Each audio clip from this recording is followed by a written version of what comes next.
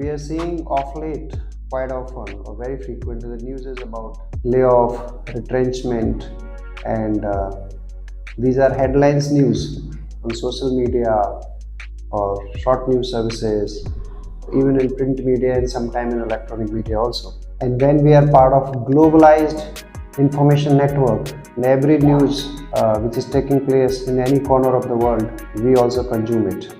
Now, layoff, if you see, this somewhere started happening from last quarter, the last calendar year, somewhere from September, October onward. Companies started reducing the workforce and overall economic sentiments started deteriorating. Now, typically there were multiple reasons that COVID, subsequently Ukraine war, and then commodity prices and all that. There were multiple factors, and that lead to high inflation, especially into the developed countries or countries with higher per capita income. And that led to a lot of sentiments into negative side of or to south side of the perception.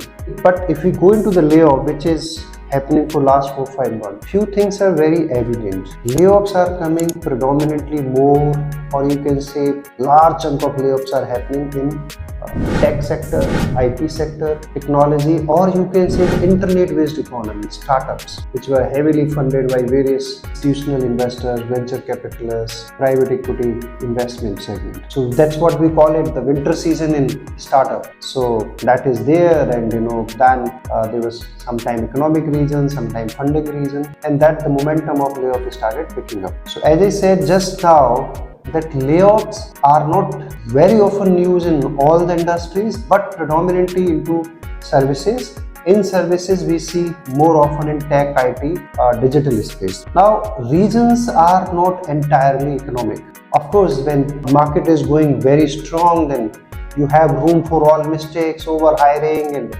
expensive hiring and beyond the need. When the market set the course of correction or moderation or some kind of realistic thing, that's where these things need to be looked at. Apart from the macro factor, a lot of sectorial or you can say the behavioral reasons of the company's behavior, why these layoffs are taking place. One is that definitely overhiring. Companies which built manpower base or employee base over decades or over multi-years, suddenly they increase their headcount substantially in a period of 18 to 24 months. Say for example, post-COVID or during COVID, due to a lot of digitization and all that, headcount went substantially in double digits. A lot of time this headcount was based on optimism. Based on that, everything will be very good in the coming days and future, and funding will also remain forever. The overhiring was one reason. Second thing, when there was a boom in the hiring or these tech sectors and digital sectors, a lot of expensive talent was acquired. Hire the talent at any cost, put any cost. The companies are finding way to get rid of this talent also. Third reason I would like to give, when it was employee-driven markets, employees were dictating the terms, conditions of employment, that I will work from home, this condition, that reward, that ESOPs, that kind of promotion and all that. So this also led to a lot of inefficient workforce being hired, not just inefficient. According to companies, employer felt compromised to acquire this talent by agreeing to all their demands. The companies are also finding ways to get rid of such talent now, because this is employer-driven market. Many times when companies continue to hire without rationalizing or optimizing the manpower, it creates a bulge around belly in the organization hierarchy. So these recession real or perception-based or headwinds, these are also very, very good opportunity to reduce your belly fat. When I say belly fat, basically I'm talking about the middle management. Neither they are individual contributors contribute so much on hands-on, neither in the top hierarchy. So a lot of companies find that these are the liabilities, and they can still manage the performance of the company without so much negative impact on the performance. So they find a way to get rid of this middle management also. Now, and a lot of time, these are typically wrong decision or anticipation at a management level. So this is also one opportunity to do the course correction by making organization leaner, fitter, and agile. So these are multiple reasons given for layoff. We don't see such massive layoffs in financial services or healthcare or transport or infrastructure or manufacturing, any other area. This is pretty evident. Now, is the recession is impacting universally? Certainly not. If you go by a lot of data, Indian economy is pretty resilient, anything hovering between 6 to 7% of real GDP. Nominal GDP could be anything from 12 to 15%. And we are domestically consumer-driven, consumption-driven, investment-driven market. We're not very export-driven market. So India is any which way not that impacted. It is still to a large extent insulated from global headwinds. So if we see that, these layoff resulting due to economic factors are very pocket specific, sometimes company specific within the sector. In fact, there is a higher probability that if there is a market slowdown in a global developed countries, there is higher probability these companies will further go for outsourcing for a low cost locations like low wage locations like India or Vietnam or Philippines. So there could be further job creations into outsourcing, consulting or global capability centers basically.